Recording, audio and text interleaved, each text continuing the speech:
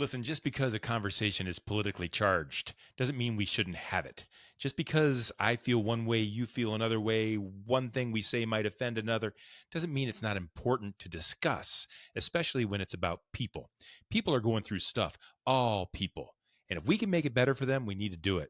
We're going to talk about it next. Christian Ponce is next on Purpose Under Pressure. Well, the heat is on. Let's get cooking. This is Purpose Under Pressure. It's a podcast about people like you and me. We get up every single morning. We swing our legs out of bed. We put our feet on the floor. Sometimes we put our shoes on and we go to work and we go with a purpose. And every single time we try, those pressures come up. They might be small. They might be gargantuan, but they try to knock us off our path. Will we let them or won't we? And will we stay on purpose or we go off astray? That's what the show's all about. So what do you do when the pressures rise? That's the conversation on Purpose Under Pressure. Don't forget to like us or follow us or subscribe. We appreciate it when you do tell others that this show is worth checking out, listening to, watching, wherever you stream your favorite shows. So thank you for that. It helps us let other people know that this show is worth listening to, and it might just make a difference in their lives. And that's what this is all about. So Purpose Under Pressure is brought to you by Sandler by the Ruby Group, serving sales professionals nationwide from Akron and Columbus and Jacksonville, Florida. They're also in Capital Region, upstate New York. They're providing sales training, revenue generation, business growth strategies, not just to get the deal done, but to make your team better, to make your team stronger, to make your business feel, act, be, seem the way it actually is, something built on purpose. And that's what you want your team to be able to do. Sandler by the Ruby Group helps with that in a tremendous way. I've been a part of it. I've been affected by it. It's changed my life and the way I look at a lot of things. And I hope it will do that for you too. If you get a chance, check them out online and reach out to them for probably the best phone call you'll ever have, whether you buy anything or not. They are at rubygroup.sandler.com. This is Purpose Under Pressure, and we can fade away from a lot of tough conversations, but why would we want to do that? If we're on purpose, why fade from anything? We're going to talk about some serious stuff today, and we might even get into a little bit of trouble, but let's see. My guest is Christian Ponce. He's a higher education marketing executive, the former associate vice president for marketing at Old Dominion University. He's also been with Miami University, Otterbein University, and Ashland University, right here where I'm recording. He's also from Honduras. He was born and raised there 30 years ago. He came to the United States of America, and welcome to the USA. Christian Ponce, welcome to Purpose Under Pressure. Brian, thank you so much for the opportunity. It's great to be here with you today. I'm really glad you're here too. I follow you on LinkedIn and I see some of the things you're talking about, and the things that seem to stand out to me. I'm a big believer in education at the public school level and then at higher education. I think it's so important, but it's tough. And it's a different world, and they're struggling in that world a little bit. And you seem to always have a good understanding of if they just do this, they'll get it done well, and you have a good feel for it. Is that kind of what you're all about? What's your purpose, Christian? Why do you do what you do? My purpose is, I always say it in one tagline, if it's okay, right?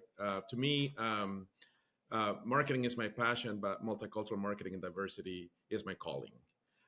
And the reason for that is because, I'm a first generation college student. I came here as an international student, as you said, to a small school called Drury University, now in Springfield, Missouri. And my sisters and I are first generation college students. And I've seen what higher ed has done for me personally and for my sisters, and how it's turned our lives. And not only for us, but generationally, right now, my nieces and nephews and my children all have gone to college. All my kids are going to college, no questions asked. I have my oldest daughter, Yolani, 23, graduated from the Ohio State University last year.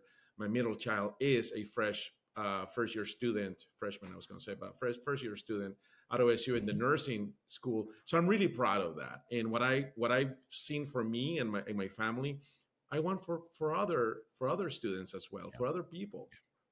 That's really good. And let's just set the table here, because this is not a political conversation. This is not taking sides, but let's call a spade here. If you're a multiracial, multicultural, if you're an immigrant, legal or not, in the United States of America today, it's tough. It's a tough road to hoe. There's pressures that are happening, again, right or wrong. That's not what this show is about, trying to decide what's right or what's wrong. It's not that. Right. It's just, let's talk about the human side of it. It's hard. And I wonder if you can share with others maybe how hard it is. What's life really like? Let's cut all the political crap away. Let's talk about people Right, here. right. So I think personally, when I first came to the U.S. As an international student, and I was very lucky and fortunate and blessed, whatever you want to call it, to have one of my sisters here in the States. But other than that, I had no family, right? And for international students, it's a very lonely time. Yeah, It's one of the times that I've been the saddest about. I was actually I fall into a small depression, to be candid with you, because I had to learn. I have to speak a foreign language to me. I have to learn a different language, a different culture. Humor is different. The food was different. The weather was different. The people were different. Everything was different, and to me, but I was the different person to them, right? If you think that's about right. it. So Hmm. I had to learn quickly that I had to open my eyes, expand, be flexible, and it started as I was acquiring everything. I remember clearly, and it sounds it's almost like I don't know visionary. I opened my eyes one morning and I started understanding everything. I remember having a dream in English for the first time, and after that dream, I understood. It's like my ears opened up after like 3 or 4 months being in this country. And keep in mind that I went to the American school to learn English. For it was an intense program, so I learned and read and passed the TOEFL and all of that. But being immersed 100% was different. Hmm. So going back is very sad. It's a sad time. And I think universities have to reach out to this group of people and show, not just talk about the support they do, but show it. Invite them to a meal for a Thanksgiving. They might not go all the way to their countries. Invite them to spend a Christmas holiday with you if that's where you celebrate. Just reach, open up, and that can make a huge difference. It did for me. And is that the university's responsibility? Whose responsibility is it to do that? Is that a marketing I, function? I Is it think a deeper function? I think Where's that come from? I think that for me was the OSU. It's called the no ISU. I'm sorry, International Student Office, and they were the sponsor of the international students. So they did a lot of fun stuff. Like we went to a horse farm once, and we went to ride horses. We spent barbecues and cookouts together, and that's what I met my support system when I was in college. So in a way, yes, it's programmatic, and they should do it. But in a way, also, there's sometimes that it's not the responsibility. A faculty member, right, in a class, you have 15 kids. You notice the one is an international student. Reach out to that person. Reach out. Hmm, Ask hmm, him. Bring him home for a dinner on Friday. They will never forget it. hmm. What's the responsibility of the student?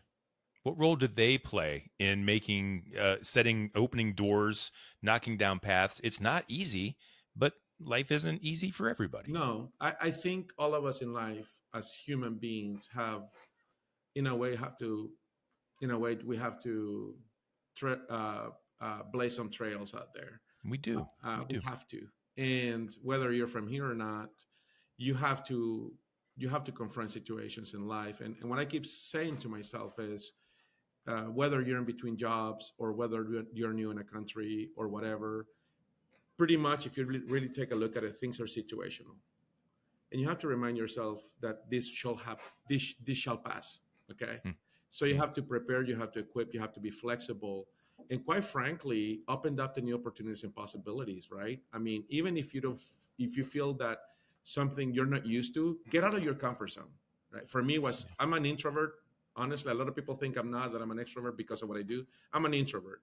So for me, it didn't come natural to go to a party, and by that, I That's right. mean just to go to a cookout with a bunch of strangers. But I did Yeah, anyway. I did. you did it. You And did out it. of that, I met friends that they're still my friends 30, 35, 40 years later. Yeah, and I think that's the way life is. I think it works both ways. We can always say, "Why didn't you? Why didn't you? Why didn't you?" When we have to look at ourselves in many ways. Now, let's. However, there, especially in higher education, and I think people just in life in general, whether you're an equal opportunity employer or in a family, in a school, whatever it might be, things are hard right now. You can't talk about diversity the way we were talking about it 2 or 3 years ago. Right. That's changing Yes. hard. Students are being targeted with visa issues and things in campuses. There's a lot of things that are happening now that are making it harder for higher education to do maybe what they would just naturally do anyway, Right. which is welcome others. So what can universities do? What can any of us do when the world that's swirling is making it difficult sometimes to do the right thing. No, 100%. I think that that's a fantastic question, particularly about what can universities do. Well, first and foremost, the first thing that universities have to do, and especially leaders and presidents and chancellors, is and I think they know that already, but higher education moves slow sometimes. Is that Yes. the world has changed, and universities have to act like businesses. Bottom line, you're competing for smaller pool students. Everybody talks about the enrollment cliff, which has led to the surge cliff. In other words, less people, less students for the same amount of tuition dollars. That's very, or Mhm. actually, It's a, less students for less tuition dollars. So it's very, very scary situation. I'm old enough. I started this 25 years ago, actually, a little more when it comes to my whole profession.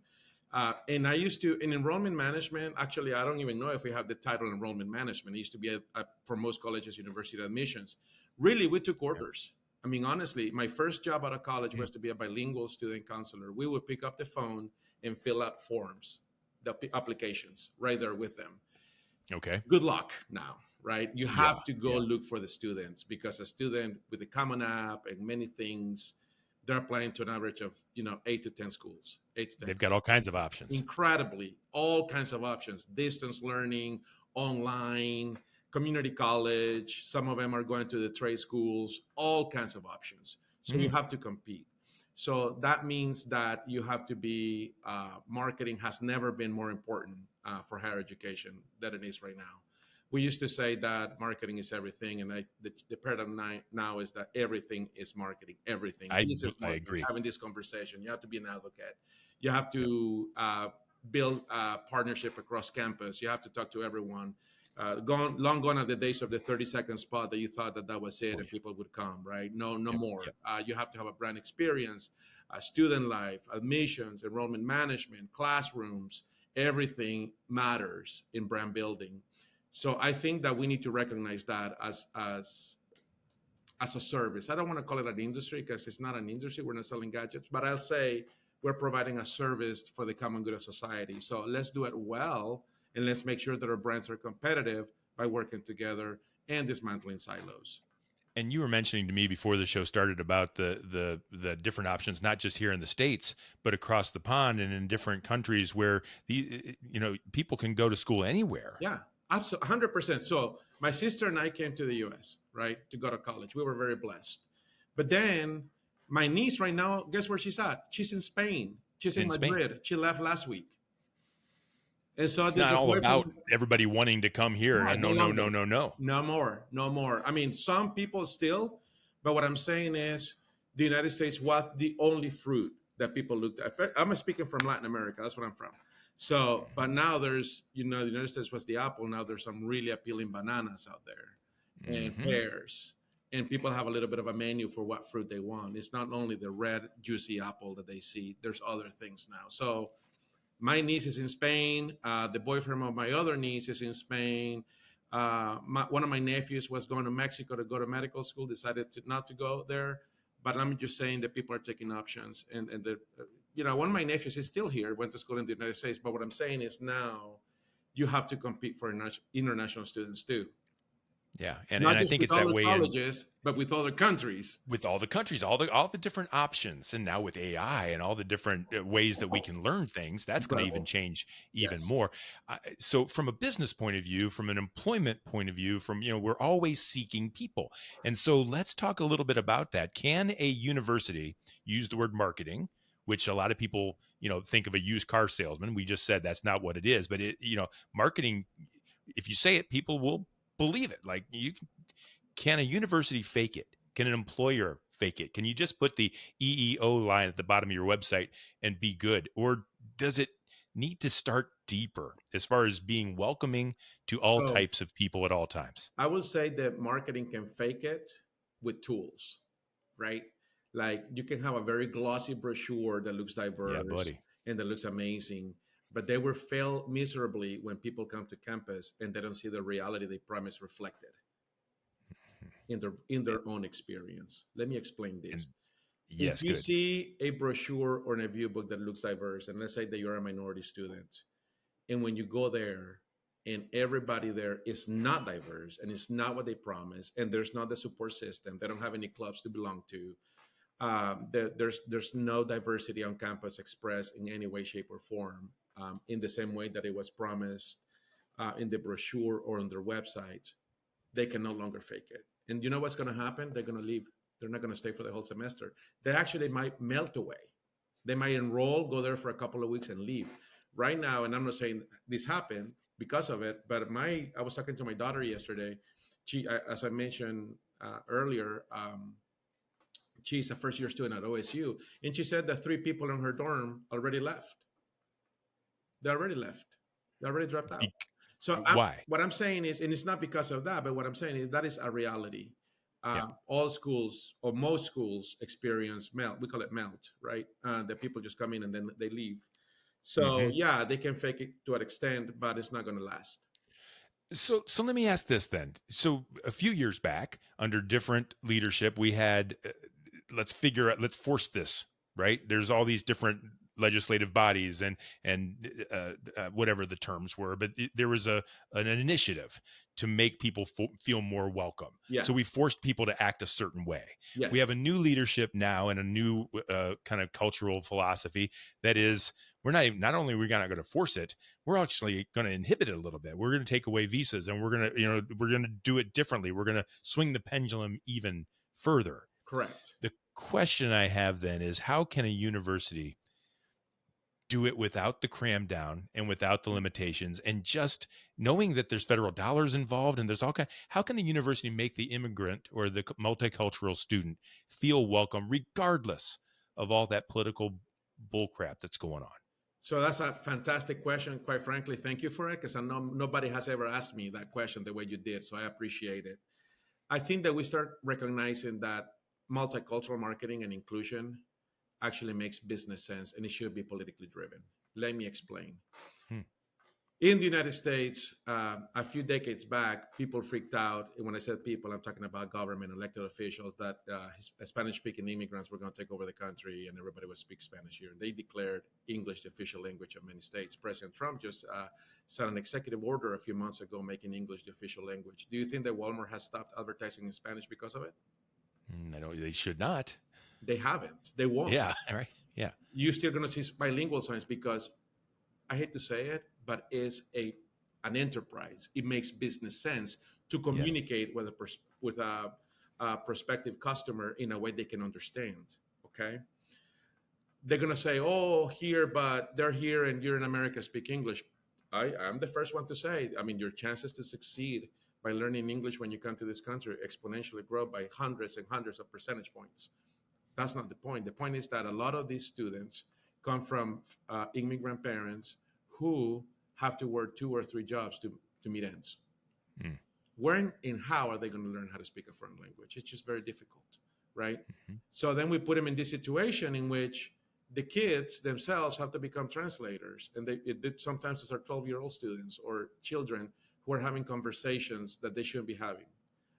We're talking about with a lawyer, we're talking about with a doctor, et cetera, et cetera. Luckily now that's improving. I think hospital systems, the best ones, have professional translators. That hasn't caught up in colleges yet. Oh. So a lot of times, students come in and they come with a parent and they're in there's this cultural barrier. My advice is going to you is see it as a good.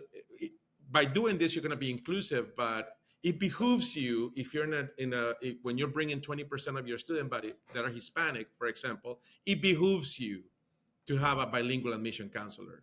You should. There's no excuse not to have it because your critical mass demands it, right? So, but I'm not seeing a whole lot of that unless you're in California. Still not, huh? You're still not seeing that. No, you're not. Seeing you're it. not. I mean, why is it so slow? Why? I mean, know. That seems obvious to me. I don't know. I don't know. Even from a non-business point of view, you want to take care of people and you want your students to have the very best opportunity they can, no matter what. But from a business point of view, it's a business. It's like a whole world of a 100%. Whole pool of people that I could serve really better than I am right now. know, with and just also, yeah, absolutely. And so again, unless you're on the coasts, like if you're like in California or you're in the East Coast or in Texas, you're not seeing that. And if you see it, there may be one or two, right? I think that depending on where you are and depending on what you want to bring to your school, I think that might be a missed opportunity. mm, I worked when Brian, I don't know if you never talked about it, but I was a business owner myself. I had my own advertising agency, multicultural marketing firm with my wife mhm, in the first decade, from 2003 to 2010.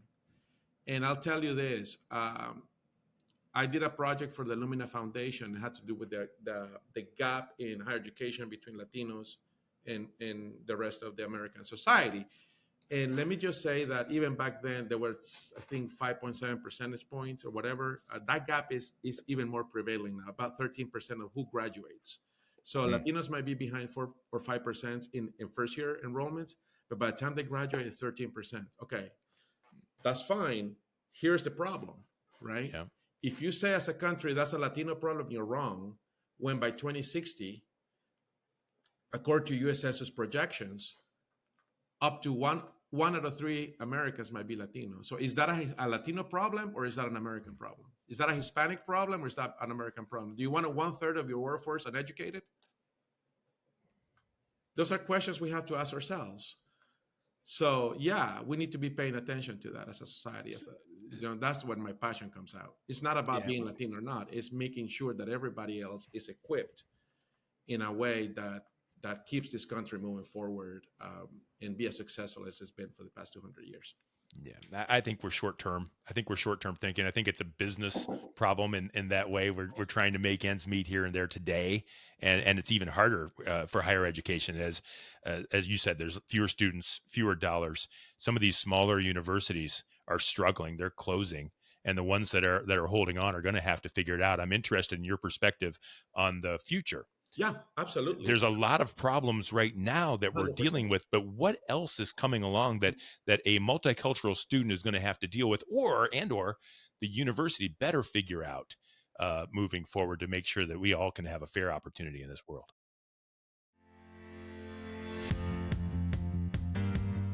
Everyone in the organization needs to know how to sell. Sales is the strength of any company.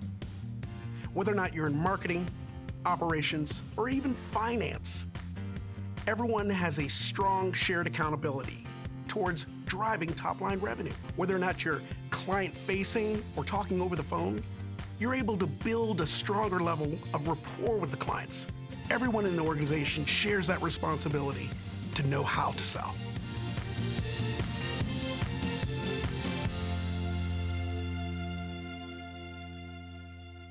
But what else is coming along that a multicultural student is going to have to deal with, or the university better figure out moving forward to make sure that we all can have a fair opportunity in this world? No, 100%. I think we have to change the language in how we talk, right? Okay. It used to be that they call it multicultural marketing or Hispanic marketing or African American marketing, and then they call everything else the mainstream. Mainstream was, Anglo-Saxon society, English-speaking society, with European background, right? That's America. They all were used to. Well, let me just tell you that, for example, for Generation Alpha, is the first generation right now that is less than 50% white. It's Oh, 48% white. I was It not is. aware of that. It is. Yep. It is mostly biracial, Hmm. diverse. So those are the kids coming to college now. Hmm. Hmm. So that's the new mainstream. That's what I call it, the new mainstream. So you have to be very versed and you have to be very comfortable speaking in multicultural terms with these kids because either one, they're biracial, they are diverse, they have a friend who's diverse, or they have a family member who's diverse. So everybody's in this pool. So from a college standpoint, understanding having cultural intelligence, which is basically relating to people who are different from you, it's a business skill now that I think you should Yeah. embrace. You don't have to be Hispanic. You don't have to Interesting. be African American or Asian to be culturally intelligent. Actually, you can be Hispanic and not be culturally intelligent. I come from a homogeneous society where everybody's Hispanic, right? Mm-hmm. And I came here, so I had myself to acquire a lot of cultural intelligence to relate to people like you, Brian, who were born and raised in this country. Yeah. So we can have productive conversations like the one we're having today. That required a whole lot of cultural intelligence for me to adapt and learn. Except, for example, Americans are very direct and they look you in the eye. You know how uncomfortable I was when I first came here? When people were looking Is that at me, right? oh my God, I felt that they were See, so, and we don't, and I people felt that don't they were so realize that. rude. They don't think. Yeah. And Yeah. they And were talking to we me so don't. straightforward. I was like, oh my God, these people are so blunt. And no, it's just it's a cultural nuance that I had to learn. And Yeah. I'm so comfortable now speaking to people in the eye here in the States. And when I go home, I probably freak people out because I look at them in the eye and I'm so direct. Yeah. There. What happened to a Christian? Hey, you lead me to a separate question that maybe as we wrap up here a little bit, you can help me with, because you have a passion and a purpose for multicultural and helping others that have seen the world the way you see them and helping all of us grow Right. together. The universities that you've worked at and that you work for in the future and all the different things, it's still a smaller percentage. It's still an uphill battle to try to get that focus going. Can you, as a marketing expert, can a university be all things to all people without seeing one versus the other? If you came in blaring, we got to fix multicultural, we got to fix no, there's a lot of things we got to work on in marketing here at this university. Uh-huh. Like, can you see all things? And is there a future where we see it all in one color and everybody benefits, or do we really have to focus? I don't know if there's a right answer to this. No, I don't think there is, in the sense that, all of us have biases, all of us. We do, and we can't get rid of them, can we? No, we're born with them. And that's where cultural intelligence comes in. And you learn what are your implicit biases that you have, and you may not even know what they are, in the way that you were raised, the family, like they say, not everybody grows up or in a different house. And it's a fact. I mean, you have your family culture, you have your race, you have your ethnicity, you have your faith, your religion, the way you were brought up, and raised. All of us, we have that. And that's not right or wrong. It's just is. It's a fact. Yeah. I mean, there's some wrong biases out there. I mean, let me just put that out there. Yeah, that's a different show. Yeah, absolutely. That's a different show. Yeah. However, though, I think right now what's most important is to be mission centered. I think universities need to really figure out who they are, what they want to do, and how they can live out their mission, and translate that to their potential students and families in a way that resonates and they understand. No lingo, that makes no a ton higher of sense. academia jargon that nobody understands, in a way that people get it. Number one. Number two, realize that you cannot be all things in our peoples, and realize that not all students want to be your students. There are students who will never go to OSU. It's too big for them. It's overwhelming. There are students that will never go to Cedarville because it's a faith-centered institution. There are students who will go to Cedarville because they're a faith-centered institution. It's marketing 101, right? What is your segmentation strategy, and who can you be the best possible university to, or for one particular student? So you're not recreating yourself. I'm sorry? So you're not recreating yourself just to gain census. No, you're being who you are and letting those come to you and feeling welcome. Yes. Bingo. Yes. Yeah. How will a university know? And as we wrap up, how will a university know when they're on track? If they're not doing well right now, but they want to be, and they make some changes, how will they know when they're gaining ground towards the positive side of this? So I think that is a great question. First and foremost, I think that from a marketing standpoint and from a branding standpoint, there's a lot of things that we can measure in a line, and we can take a look at all those levers and see if we have pulled some of those levers yet or not. Okay. I think that's number one. There's a lot of potential. Just doing the work and knowing what is the right work to do. Work smart, no hard. Work on the things that matter, right? So you need a real professional, a real pro, and a team to work on that, right? Number two, work with the university leadership, and really they have to have conversations at the table and say, okay, this is our mission. Is our mission still relevant for today's day and age? And if it's not, can we have a conversation about that with the board of trustees or the board of visitors or whoever? But that governing body with the university leadership have to have those conversations. That's a big step for a That's a university huge to step, take. but I think some of them, particularly the little ones, are going out of business. I mean, I hate to say it, but it seems Too like late. every week a small college is closing doors. Yep. Yep. It's too late to do it if you don't do it now. Yep. And so have that conversation. So that's number two. And then number three, I think, is this idea that marketing is a function that doesn't belong anymore just to a unique department, right? It's not your little team of 10 Everywhere. people doing marketing. You have to expand, break silos, and have a whole enterprise across campus to really build amazing transformational branding and marketing programs. On purpose and on point. You got to go after it for what you're trying to accomplish. I tell you, this show opens up so many different things. And right now I'm thinking of the idea that purpose under pressure many times means I've overcome the pressure to stay on purpose. But holy cow, this is not something we're going to fix tomorrow. No, It's not going to something we're going to fix in this legislation, with this presidential body, with this university's faculty. This is going to be an ongoing fight. We can't give up from the human side of things, making sure that everybody feels welcome at all times and has the opportunities that people before them have come. We can't go backwards. So do you remember back in the day, and I don't know what I'm saying this, but I remember back in the day, like in the 90s, there were these little bracelets, WWJD. What would Jesus do? Yes. Okay. Yes. So What would I would Jesus apply do? that. So I would apply a select from a business standpoint is what would corporate America do? Because corporate America is non-nonsense. I'll tell you that. I spent about 10 years in corporate marketing, and they will do what is required to win in the marketplace. Yeah. And they're used to compete and be smart, and they've been doing multicultural marketing even before we even knew there was a term for that, since the 60s. I see where you're heading here. They get it. They get it. That's the first time I've ever heard that corporate gets it, but you're right. We can learn a lot from those money hungry dudes, huh? 100%. They've been selling Toyotas to black owners for decades. They know what they're doing. Maybe not for all the right reasons all the time. They're after the dollar. Now we're getting into my little thing, but maybe that's the purpose, and they're getting it done. And so, what can we learn from corporate? I hate to be so pragmatical, but yeah.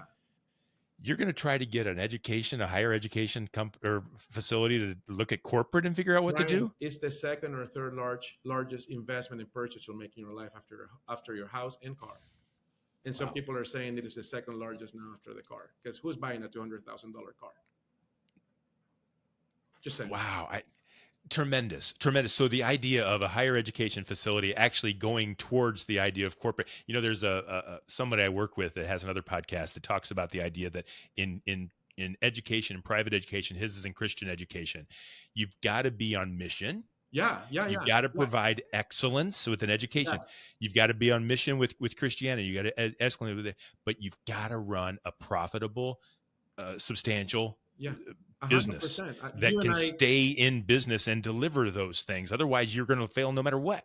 Absolutely. You and I had the pleasure of working together about 10 years ago when I was in Aslang, and your agency managed the market. You understand what it means to be focused and mission-centered. And I think when other colleges bring that level of focus, they'll do really well. That is tremendous. I love that advice. I love that a way that it comes from you, that you've seen it on all sides. You came here 30 years ago. You were born and raised in Honduras. You've seen it. You've grown up through the educational world, and now you're helping to fix it from a marketing point of view. You see it that it's not just marketing running ads on Facebook. It's how we breathe. Marketing is the way we smell and the clothes that we wear and the paint on the walls. I mean, that's marketing, the vehicles we drive. And you see it all, and I thank you for sharing that with us. If you had one bit of advice for both an employer or a higher education faculty and a multicultural student, an immigrant, somebody who's trying to fit in and get better and grow, and you want to help each other, what would that advice be? So the first one is I would say to someone, be compliant with the law, be compliant no matter what. Compliant, make sure that you adhere by the law of the land, whatever that is, but be business savvy and focus 100% of your mission, 100% on your mission, and make sure that mission is lived out and understood by your audiences. no matter what, whether you're looking for the job or giving the job, whether you're looking for enrollment admission or you're awarding it. Be on mission and be who you are and be true to that. Amen. Bingo. I love that. This is Purpose Under Pressure, and that is a great point. I think under any, maybe, Christian, under any pressure that you're under in the world, let's overcome it that way.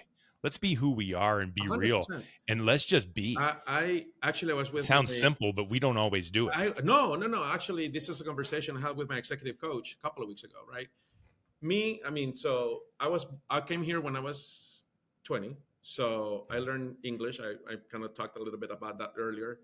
I was so self-conscious about my accent, so self-conscious about my Spanish accent, until one time I saw a guy like me commanding a room of about 500 people in a presentation. And I was like, if that guy can do it, I can. Yeah. So can I. But the point is that I told that to myself, but it wasn't until I talked to my executive coach that I said, like, be who you are, bring your authentic self to the boardroom, whether that's an interview and a meeting, and be who you are. So be professional, but be authentic, be who you are. I love that. If somebody wanted to reach out to you and talk to you more about this, or learn more about you, or put you to work in their organization, whatever it might be, how would they find you and reach out? Thank you. Go to my website. I have a website. It's Chris, CHRIS, PONCE, ChrisPonce.com. ChrisPonce.com. We'll put that up on the screen here and put it in the show notes. And I hope that people will, because I think you have a lot to offer. And I know you're going to do great things in the future for a lot of people. And I think maybe even for yourself too. So I look forward to seeing where you come out and the lives that you impact. Same to you, Brian. Thank you for being who you are and the great leader, not only on business, but personally that you are. And it's a pleasure knowing you. Well, that's nice of you to say. That's Christian Ponce. He's a higher education marketing executive that I've known for quite a while. He gets it. He understands it. And I even know today more about Chris Ponce that impresses me. And I hope and think it has impressed you too. He's my guest on Purpose Under Pressure. Today is brought to you by Sandler by the Ruby Group. Sellers are under pressure to perform, and Sandler helps you to succeed on purpose. You'll find all past episodes of Purpose Under Pressure at brianmediastrategies.com/podcast and wherever you stream your favorite shows. We do this every week, and we will see you next time on Purpose.